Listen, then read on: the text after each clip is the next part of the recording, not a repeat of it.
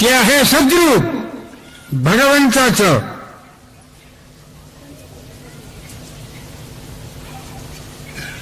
ते शिल्पकार कोण आहे? तो चिद्रूप भगवान शिव आहे.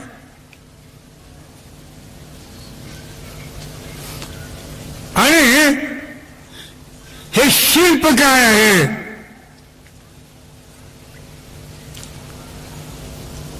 तेही आनंद रूप विश्व आहे.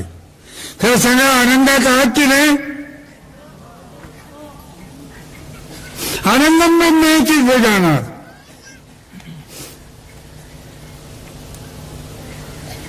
आनंदाशिवाय माणूस नाही, कोणताही प्राणी जगू शकत नाही.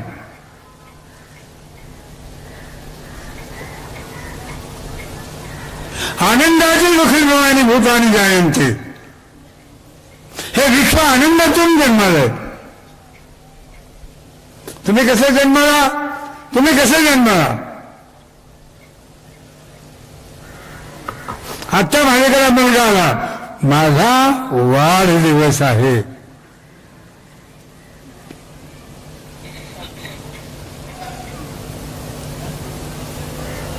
ते प्रकृतीचा विलोभनीय लोक आहे.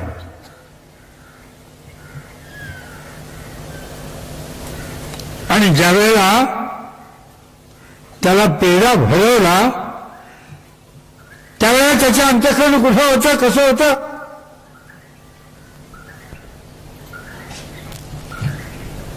आनंदमय अभ्यासात.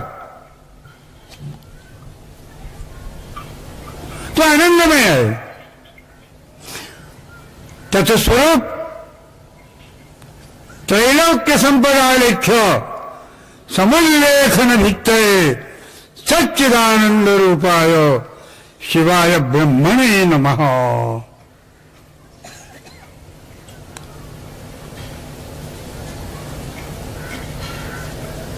आणि हे आनंद रूप विश्व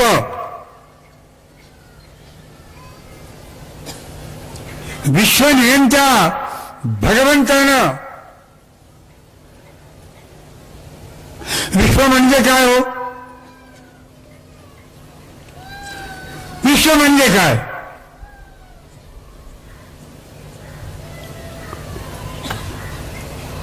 विश्व म्हणजे संसार. हळूच सांगतो.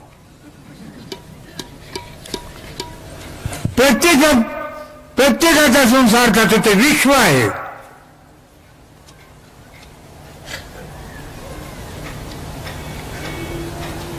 तर तशी निर्मिती आहे. आणि त्याच्या निर्मितीचा तो आनंद घेतो आहे. संसारातली प्रत्येक व्यक्ती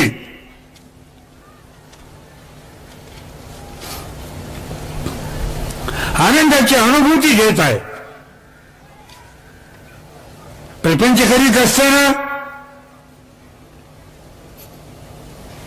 जरी संतांनी म्हटले कांता पुत्र नित्य देहादी प्रपंच दिसत असे साच परी मिथ्या.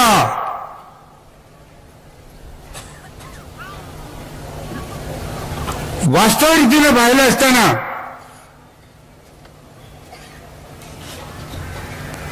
प्र अधिक पंच लक्षात घ्या. हे पंचमहाभूत ज्यावेळेला चैतन्य रूपामध्ये परिणत होतात त्यावेळेला हे विश्व निर्माण होतं. ते विश्व निर्मितीचं आदि बीज आहे. तो सच्चिदानंद परब्रह्म परमात्मा विश्वाचं मूळ आहे.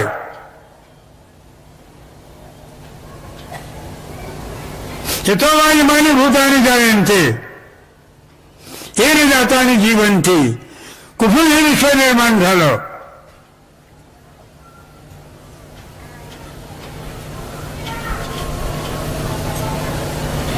कुणी निर्माण केलं? मूळ याचं कोण? आजचं स्वरूप काय आहे या विश्वाचं आणि शेवटी काय होणार आहे.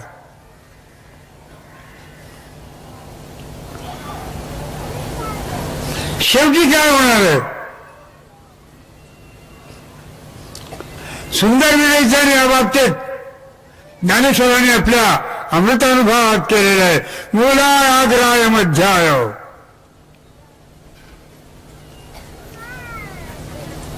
मध्यमूलाग्रमूर्तये क्षीराग्रमूल मध्याय नमः पूर्णाय शंभवे. मूलही तोच आहे.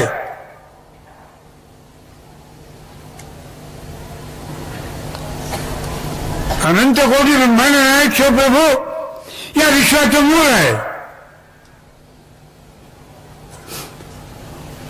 आत्मशक्ती विकासेन शिव विश्वात्मना स्थितः.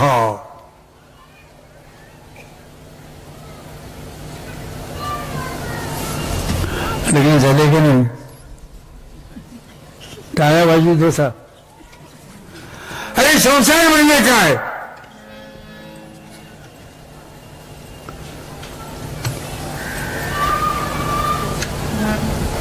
या संसाराचं मूळ कोण. मध्य काय आणि अंत काय. मूलाय आग्राय मध्याय स्पष्ट रीतीने सांगितलं. तो सच्चिदानंद घन परब्रह्म परमात्मा आपल्या आत्मशक्तीच्या विकासानं विश्व झाला. चष्मा लावतो जरा बघतो तुमच्याकडे कुणीकडे हो. जागे वगैरे. आता तुम्हाला मी विचारतो संसार कोणाचा. झालं की नाही लग्न. हा संसार आमचा का तुमचा. हा संसार म्हणजे शिव आणि शक्ती याचा समावेश म्हणजे संसार आहे. तो विश्वसंसार आहे. विश्वात्मकाचा विश्वसंसार आहे तो. यांना काय म्हणतात माया. बरोबर. याला काय म्हणतात ब्रह्म. माया आणि ब्रह्म ज्यावेळेला एकत्रित येतं तेव्हा जग जन्मार होतं. बरोबर आहे. माया आणि ब्रह्म हे ज्यावेळेला एकत्रित येतात त्यावेळेला विश्व निर्माण होतं. किती पोल आहे. ते विश्व आहे तुमचं. आहेत का दोन चार.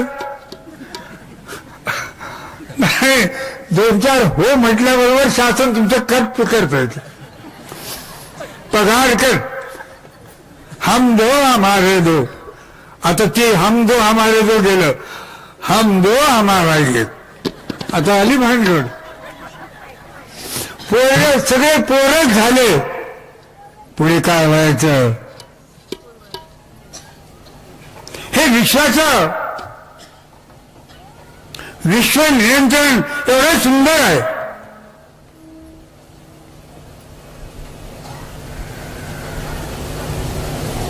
आणि ते भगवंताने स्वतःच्या रूपात दाखवलं. अर्धनारी नटेश्वर. अर्धा भाग शक्तीचा अर्धा भाग शिवाचा. शिवशक्ती म्हणून जगत. हे जगाचं स्वरूप आहे.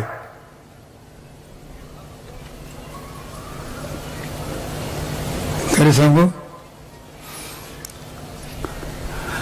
शक्ती नसती तर जगत जन्माला आलं नसतं. तुम्ही नसतं तर पोरं झाले असते का. तुम्ही काय केलं असतं. आणि शक्ती नसती तर विश्व जन्माला आलेलं नसतं. ती सच्चिदानंद रूपिणी आहे. यामाहु सर्व लोकानां यामाहु सर्व लोकानां प्रकृतिं शास्त्रपालकाः तां धर्मचारिणीं शंभो. आणि ह्याच रूप हळूच सांगतो, शक्ती महादेवासारखी झाली. आणि आपल्या मराठीतलं एक म्हण माहितीये का, ज्या घरला जाशील बाळे, पुढे काय, त्या घरची शिकशील चाळे. महादेवाच्या गळ्याला पडली, तिची सच्चिदानंद रूपिणी झाली. तिचं अस्तित्व, त्या महाशक्तीचं अस्तित्व कुंडलिनीच्या रूपात आहे. भगवंताची ती महाशक्ती कुंडलिनीच्या रूपात आहे. योग साधनेचं ते उत्कृष्ट साधन आहे. त्या शक्तीच्या बळावरच योग, शिवयोगाची साधना त्या शक्तीच्या बळावरच आहे. ती शक्ती सच्चिदानंद रूपिणी आहे. त्या सच्चिदानंद रूपामध्ये एक अद्वैत तत्व आहे.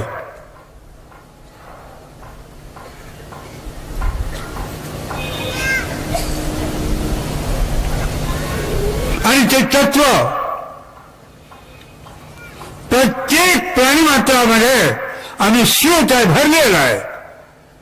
आणि म्हणून म्हटलं, शंकर जरी काष्टी भरला, पिंडी ब्रह्मांडी रमला, अलक्ष दृष्टीने लक्षला, शंकरची शंकर. चष्मा लावा थोडा.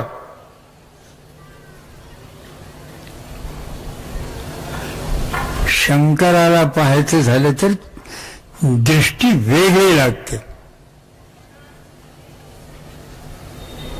काचेचा चष्मा चालत नाही तिथं पाहिजे श्रद्धेचा चष्मा, श्रद्धात्मक दृष्टी. श्रद्धामयोऽयं पुरुषो यो श्रद्धस्तैव सः. तुमची जी दृष्टी जितकी पावन असेल,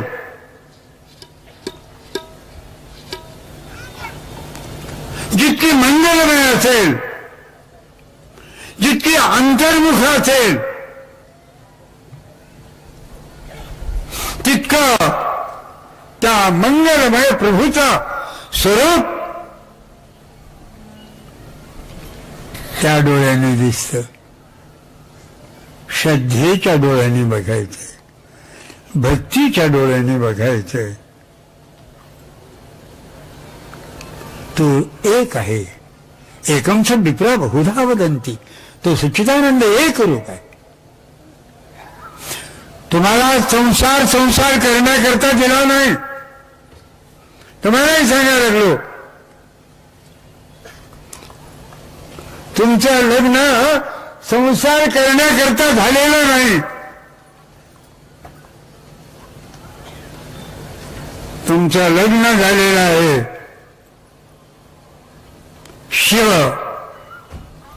शक्ती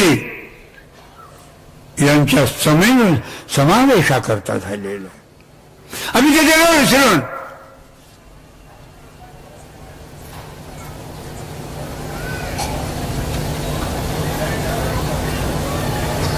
आमच्या लक्ष तिकडं राहिलेलं नाही आहे.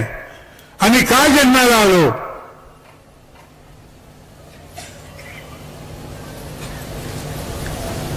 तुम्ही का जन्माला आलात, तुम्ही का जन्माला आलात, तुम्ही कोणाकरता जन्माला आलात, तुम्ही कोणाकरता जन्माला आलात. मला सांगू नका, मला तर विचार करा. मला सांगायची गरज नाही.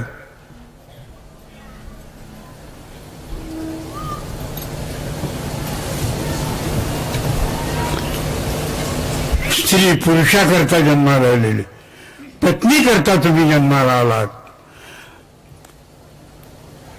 पती करता तुम्ही जन्माला आलात. स्वतः करता अजिबातच नाही.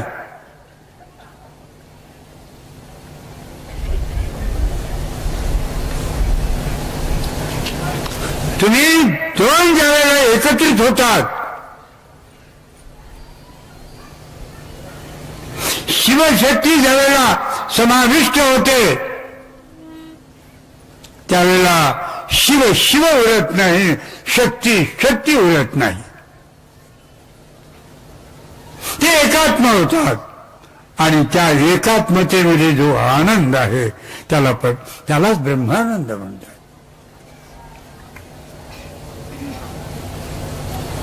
ते गेलं कुणीकडे ते विसरून. आता काय होईल आले सांगू का तुम्हाला. तुमचे बाप पोरं खरेदी करू लागले, करू लागलेच की नाही खरं. काय किंमत आहे तुझ्या पोराची? ते म्हणजे 10 लाख. बरं 10 लाख घे. पोरं खरेदी करू लागले. त्याला फार गोडेच नाव दिलेले काय, हुंडा. आणि ज्याला मिळवता येत नाही तेच मागतो भिकारी.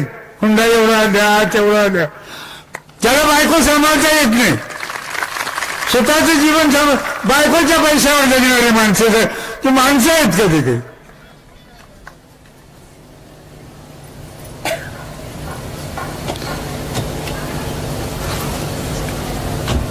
आणि अशी दुर्बल लोक आणि फार याला मोठेपणा समजतात. खरं सांगा, बरोबर आहे की नाही? मी 10 लाख हुंडा घेतलो. काय चाललंय? लग्न झालं जोपर्यंत हे हुशार बाई त्याला हातात घेत नाही तोपर्यंत बिलकुल त्याच्यासारखं वागायला लागते. आणि एकदा तो माणूस आपल्या हातात आला की सांगतोय, आता तुमच्या वडिलाला वाटलं की म्हटलं वाटलं वृद्धाश्रमामध्ये मी काही त्यांचे धोतर होण्याकरता तुझ्या घरला आले नाही, हळूहळू सुरू करतो. वसूल करता की नाही? खरं सांगा. 10 दिलेले 2.5 40 वसूल करतात. मला तिची एक साधी म्हण आहे, बाई आली की आई गेली.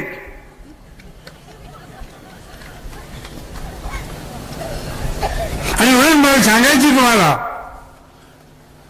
प्रपंच नाही, प्रपंच परमार्थ आहे. परमार्थ म्हणून प्रपंच करा. बघा तुम्हाला कुठं उन्हात पडणार नाही. कोठे पडू नये उणे जाणे अंतरीच्या खुणे. इतक्या वाईट प्रथा या हिंदू समाजामध्ये, एवढ्या वाईट प्रथा जन्माला आल्या.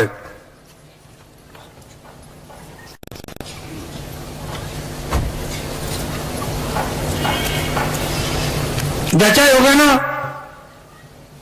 हा समाज परास्त झालेला आहे. अनेक जाती, अनेक पंथ आणि माणसांची सगळे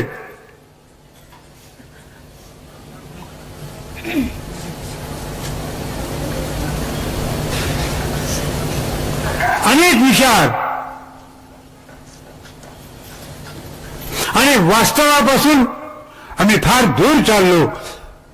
भारतीय चारित्र्य आहे, त्या चारित्र्यापासून आम्ही फार दूर चाललो. एतत् देश प्रसूताच्च सकाशात् अग्रजन्मनः संसं चरित्रं शिक्षेन पृथिव्यां सर्व मानवाः. चारित्र्य काय आहे?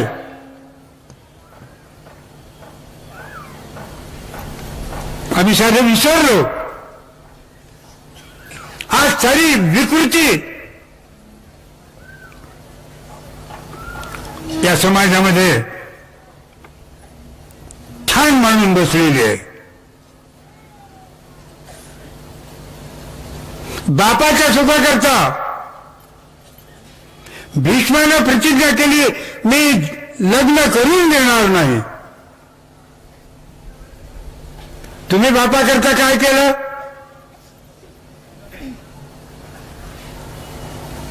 जीवनभर ब्रह्मचर्याचं पालन केलं.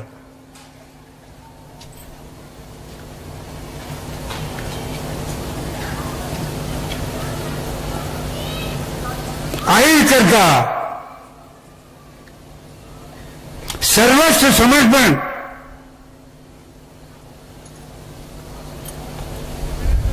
करणारे महापुरुष या देशात जन्माला आले.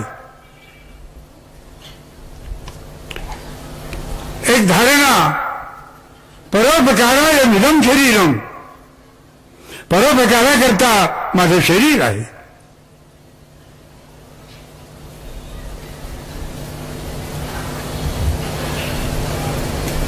आज परोपकाराकरता शरीर नाही, हा माणूस आज आत्मकेंद्रित झालेला आहे.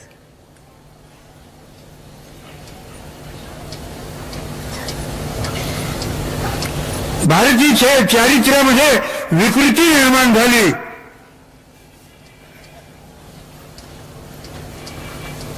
परंपरा विकृत झाली.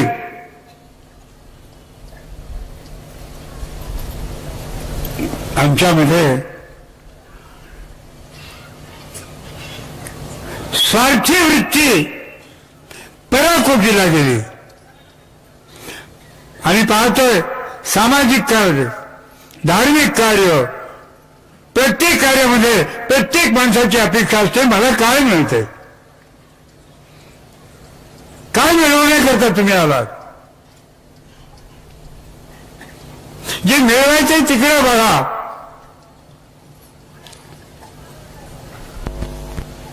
चारित्र्य घडवणं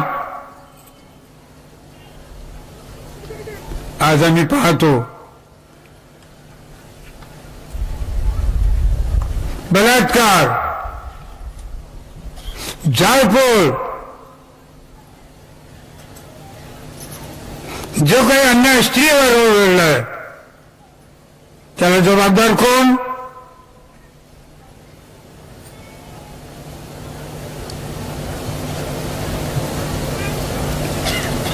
याचा विचार आम्ही काय करतो, शासनावर टाकून देऊन मोकळं होतो. वास्तविक रीतीने आमचं चारित्र्य काय आहे? मात्रवत परदारेषु परद्रव्येषु लोष्टवत, परस्त्री आणि परधन ज्याशी वमना नेण्याचं पूर्ण, अशी ही भारताची परंपरा आहे.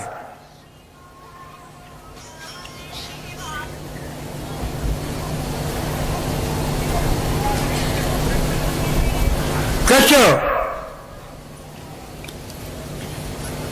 शुक्राचार्याकडं संजीवनी विद्येकरता केला.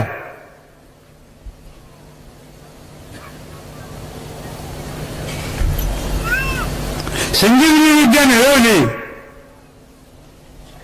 देवयानीच्या बळावर.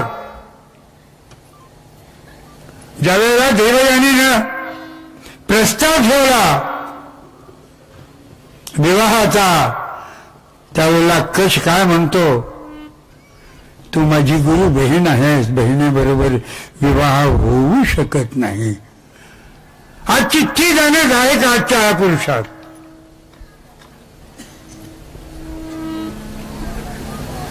कधी नाही, एवढी नितांत गरज आहे चारित्र्य संपादनाची.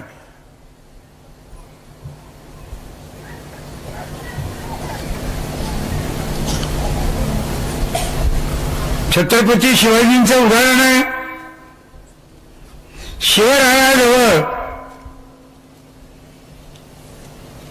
सरदारांनी एक सुंदर यवनाची स्त्री आणून उभं केली.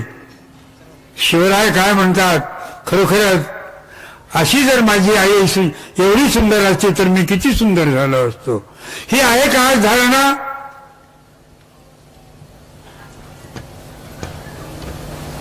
आज नितांत गरज आहे या गोष्टीची. चारित्र्य संपादन. आम्ही म्हणतो भजन करा, खूप करा, मुख में राम बगल में छुरी.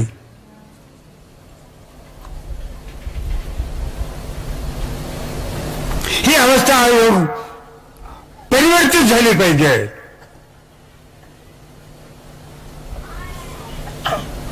आमच्या अंतःकरणात प्रेमाची भावना, एकात्मतेची भावना, समानतेची भावना निर्माण करणं नितांत गरजेचं आहे.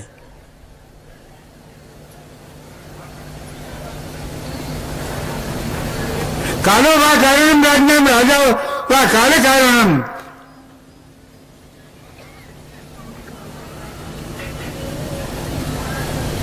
कालाचं परिवर्तन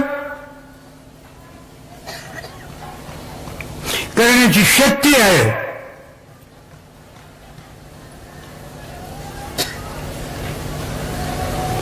आणि काळाला अनुसरून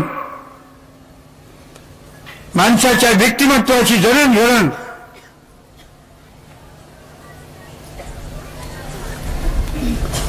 आपल्या संस्काराच्या माध्यमातून आम्ही करत आलेलो आहोत. आणि ती परंपरा अक्षुण्ण रीतीनं चालू ठेवणं नितांत गरजेचं आहे. भक्तीच्या माध्यमातून भगवंताचा साक्षात्कार हा एकात्म दृष्टीनं ते ध्यान योगानुगता अपक्षण देवात्मशक्तीं सुगुणे गुणाम, त्या आत्मशक्तीचा साक्षात्कार प्रपंचाच्या माध्यमातून करता येतो. पण त्याच्याकरता आपलं प्रपंच चारित्र्य संपन्न झाला पाहिजे. सर्वात महत्वाची बाब आहे. आमचं जीवन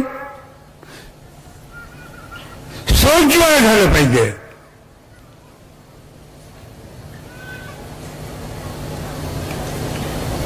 माणसाच्या विषयी माणसाच्या अंतःकरणात आपुलकीची भावना निर्माण झाली पाहिजे.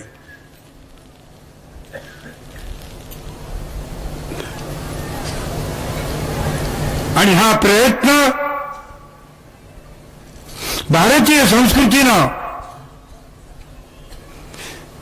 ऋग्वेदाच्या माध्यमातून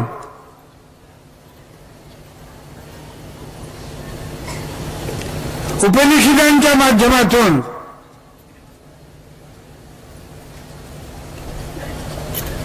पुराणाच्या माध्यमातून सतत त्याचा पाठपुरावा केलेला आहे. पण आमचं लक्ष नाही तिकडं.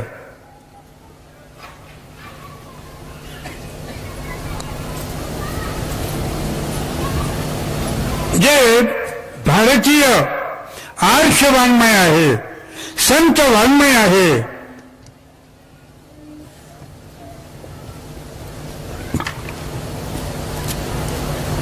त्याचं अध्ययन,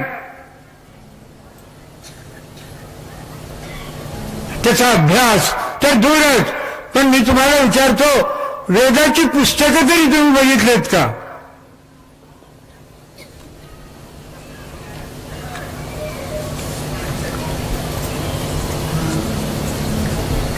ज्ञानेश्वरी परमरहस्य ग्रंथ, संतांचं वाङ्मय किती लोकांनी अभ्यास केलेला आहे.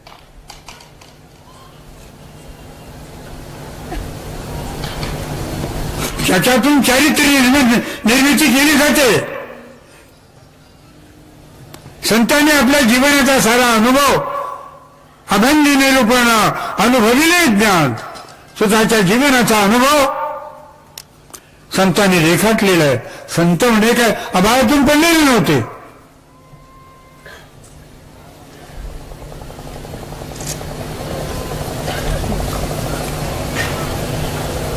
भगवंताची भक्ती करायची तर अगोदर आम्ही निर्मळ झालं पाहिजे, स्वच्छ झालं पाहिजे. जहा काम तहा राम नाही आहे, ज्या ठिकाणी चित्त विषयासक्त झालेलं आहे त्या ठिकाणी भगवंत येऊ शकत नाही. आणि म्हणून आपलं दैनंदिन जीवन, आपलं दैनंदिन जीवन निर्मळ झालं पाहिजे. पहिली गोष्ट सांगतो तुम्हाला, माणसं सारी माणसं सारखीच आहेत. कोणीही कोणाचा द्वेष करू नये.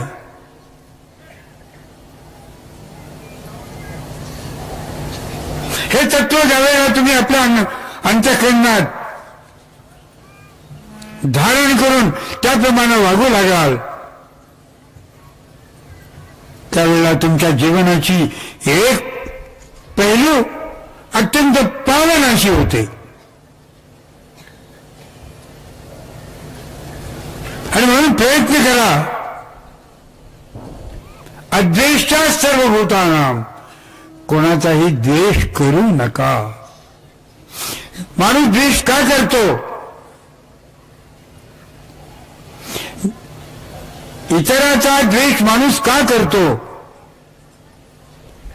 ज्या वेळेला त्याचा स्वार्थ येतो पुढे, स्वार्थाला आडवा येणाऱ्या माणसाचा द्वेष निश्चितपणे तो करतो.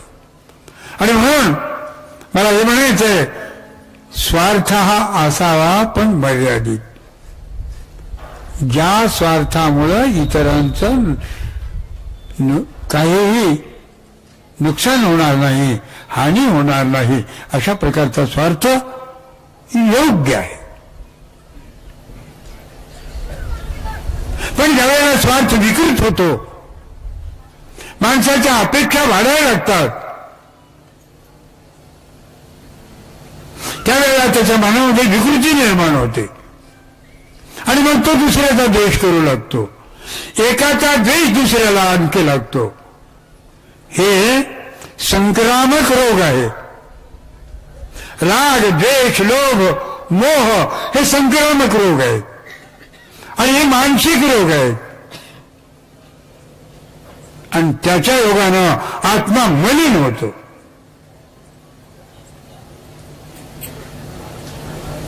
आपला आत्मा स्वच्छ, पवित्र, निर्मळ असावा.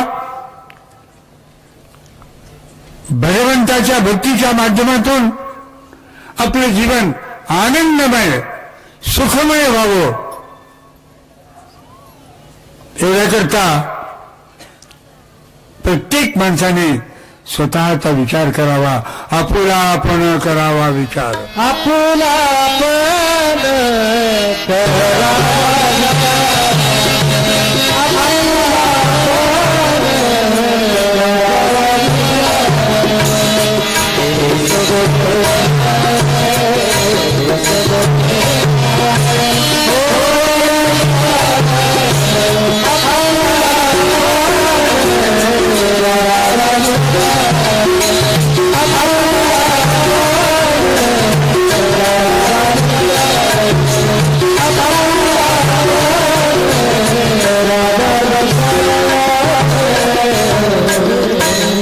प्रत्येकाने स्वतःचा विचार करावा. मी कुठं आहे? मी काय करतो आहे? मी काय बोलतो आहे? मी काय खातो आहे? त्याचा परिणाम माझ्यावर काय होतो आणि पुढच्या माणसावर काय होतो? हा विचार आहे. माझ्या व्यवहाराचा, माझ्या आहाराचा, माझ्या विचाराचा, माझ्या उच्चाराचा पुढच्या माणसावर काय परिणाम होतो, हा विचार नितांत गरजेचा आहे.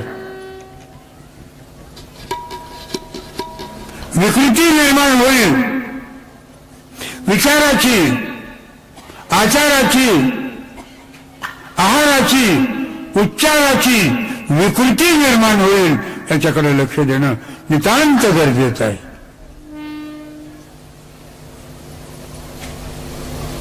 माणूस घडवला जातो,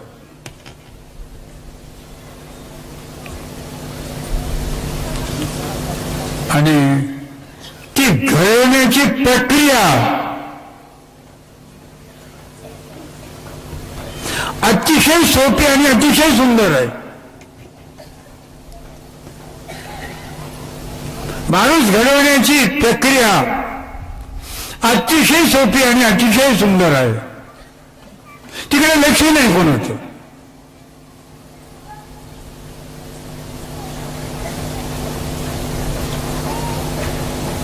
हे नितांत गरजेचं आहे. बाळ ज्यावेळेला जन्माला येतं ते निरागस असतं.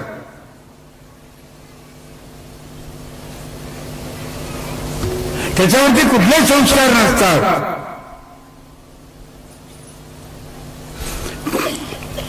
त्याच्यावरचे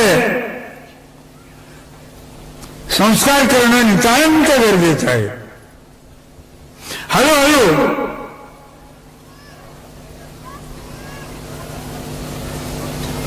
लेकरावरचे जे संस्कार केले जातात त्या संस्काराच्या माध्यमातून येणाऱ्या जीवाच्या चारित्र्याचं जडणघडण व्यवस्थित रीतीनं होऊ लागतं. आणि म्हणून मला म्हणायचंय,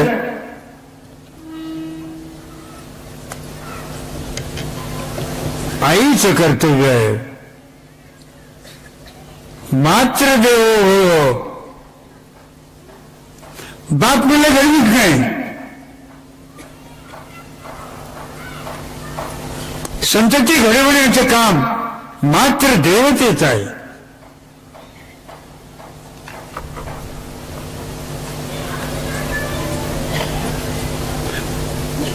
बालपणी बालांचे कोमल तरुतुल्य बुद्धी वाकेल, घेईल ज्या गुणाला तो गुण मतिविष्णूनेही फाकेल. लहान लेकरावर केले जाणारे जे संस्कार आहेत त्या संस्कारातूनच आजचा युवक, आजचा बालक, आजचा युवक, आजचा तरुण घडवला जातो.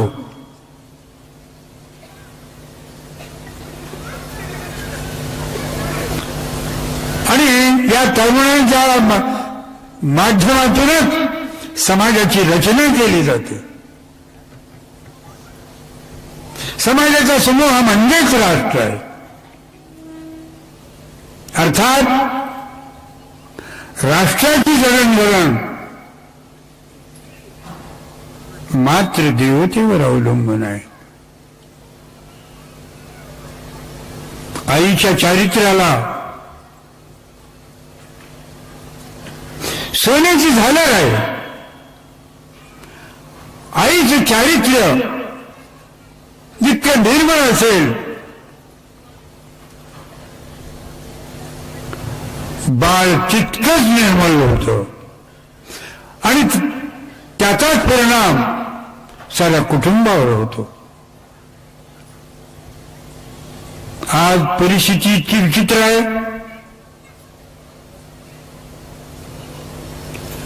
आम्ही आमच्या मुलाकडं मुलीकडं लक्षच देऊ शकत नाही आणि कधी नाही एवढा आजचा हा भारतीय माणूस पैशाचा गुलाम झालेला आहे. अर्थस्य पुरुषो दासा असं महाभारत काळी भीष्माने म्हटलेलं होतं. ते वाक्य आज खरं झालेलं आहे. आजचा माणूस पैशाच्या पाठीमागे लागलेला आहे. पैसा मिळवण्याकरता सत्तेच्या पाठीमागे लागलेला आहे. सत्ता आणि पैसा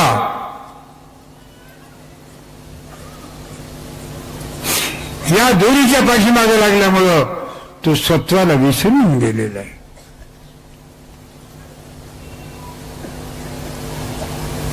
आणि म्हणून मला म्हणायचंय, आज मला मी तुम्हाला फक्त 3च गोष्टी सांगणार आहे. पहिली महत्वाची गोष्ट आहे,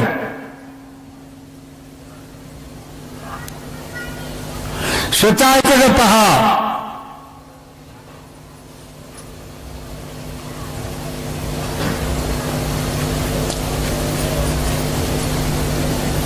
स्वतःचं चारित्र्य घडवण्याचा प्रयत्न करा.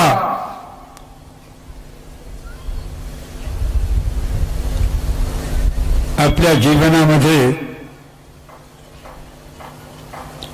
आलेली विकृत मनोवृत्ती निर्मळ करण्याचा प्रयत्न करा.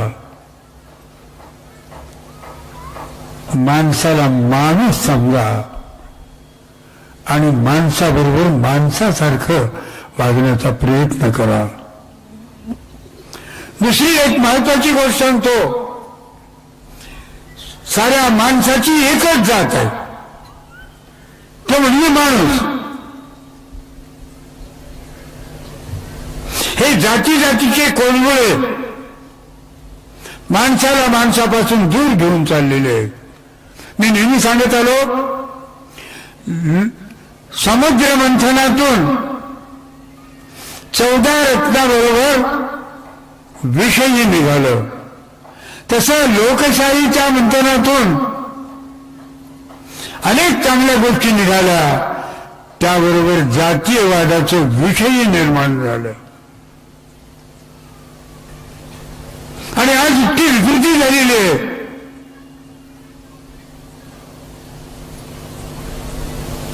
माणसाला माणसापासून दूर करण्याचं हे एक विकृत मनोवृत्तीचं प्रदर्शन झालेलं आहे. सावधान, सारी माणसं एक आहेत, आम्ही सारे एक आहोत, अशा प्रकारची एकात्मतेची धारणा नितांत गरजेची आहे. आणि त्यानंतर महत्वाची गोष्ट सांगतो, आपल्या पूर्वजांनी आपल्याकरता साहित्य निर्माण केलेलं आहे. संत मंडळीनं आपल्या जीवनाचं मूल्य देऊन, ऋषी मंडळीनं आपल्या जीवनाचं मूल्य देऊन एका एका तत्वाचा अनुभव सांगितलेला आहे. पतंजलीला व्याकरण सांगितलं, पतंजलीला आरोग्यशास्त्र सांगितलं, योग सांगितला,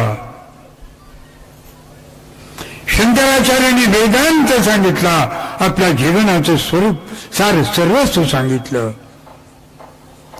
प्रत्येक पंथामध्ये संत झाले. अध्यात्म वाङ्मय जे उपनिषदात होतं, जे वेदात होतं, ते वाङ्मय आपल्या आपल्या प्रांतीय भाषेत परिवर्तित करून उद्बोधन करण्याचं कार्य केलं. महाराष्ट्रामध्ये ज्ञानेश्वरापासून, बसवेश्वरापासून पन्नास्वामीपर्यंत जे अनेक संत झाले, त्यांनी वाङ्मय निर्माण केलं, जीवनाचा आदर्श दाखवला. साधनाचे हेच दोन्ही, साधा तरी भक्तजनी, पर द्रव्य परणारे याचा विचार होतो रे.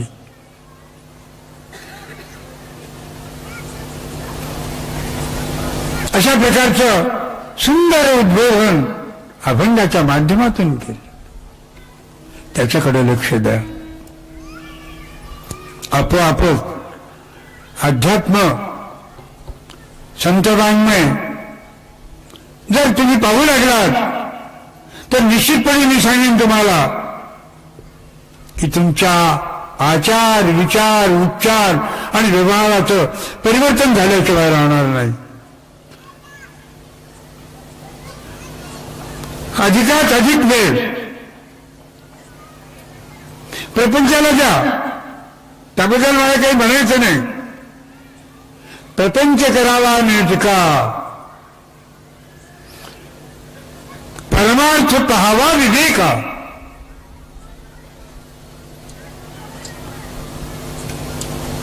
संतांनी सांगितलं, प्रपंच करा, आनंदाने करा, वैभव पूर्ण रीतीने करा.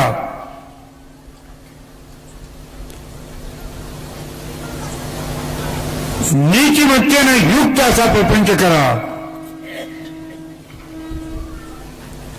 आणि परमार्थ जो आहे त्याचा विचार करा. परमार्थ पहावा विवेका. ती विचाराची बाब आहे. विचारानं आचाराचं परिवर्तन होतं आणि ते आचार कसे असावेत याचं विवेचन संतांच्या अक्षर वाङ्मयामधून आहे.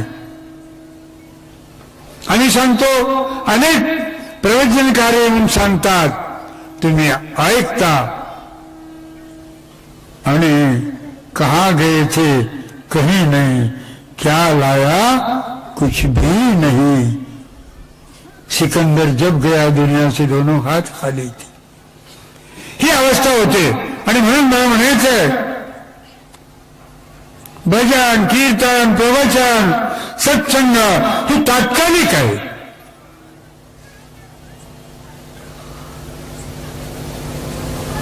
पण संत वाङ्मय हे सातत्यानं चालणार आहे. मी नेहमी म्हणत आलो, प्रवचन भजन कीर्तन हे फ्लड आहे, म्हणजे पूर आहे. पूर आला आणि वाहून गेला, त्या नदीमध्ये घोटभर पाणी प्यायला नसतं. परंतु संतांचं वाङ्मय जे आहे ती झरा आहे, सतत चालत राहणार आहे.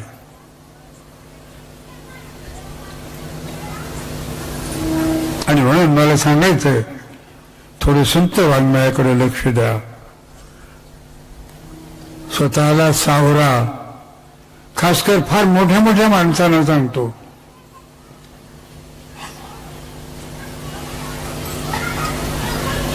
परद्रव्याची अपेक्षा करू नका.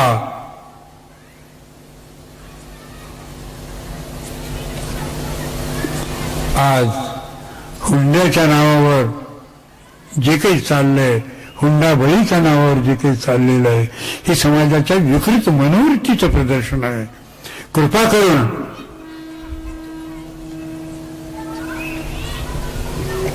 स्वतःकडे बघा.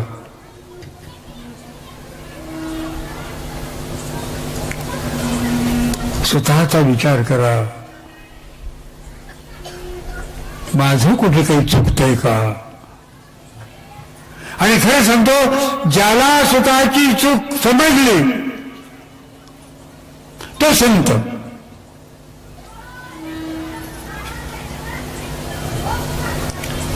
इतराविषयी एकात्मतेची प्रेमाची भावना आपल्या अंतःकरणात निर्माण करण्याचा सातत्यानं प्रयत्न करावा.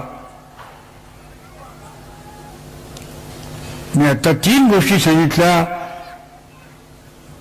प्रपंच जरूर करा, व्यवस्थित रीतीने करा, चारित्र्य संपन्न होऊन करा. कोणी तुमच्याकडे बोट दाखवणार नाही, अशाप्रमाणे तुमचं वागणं पाहिजे.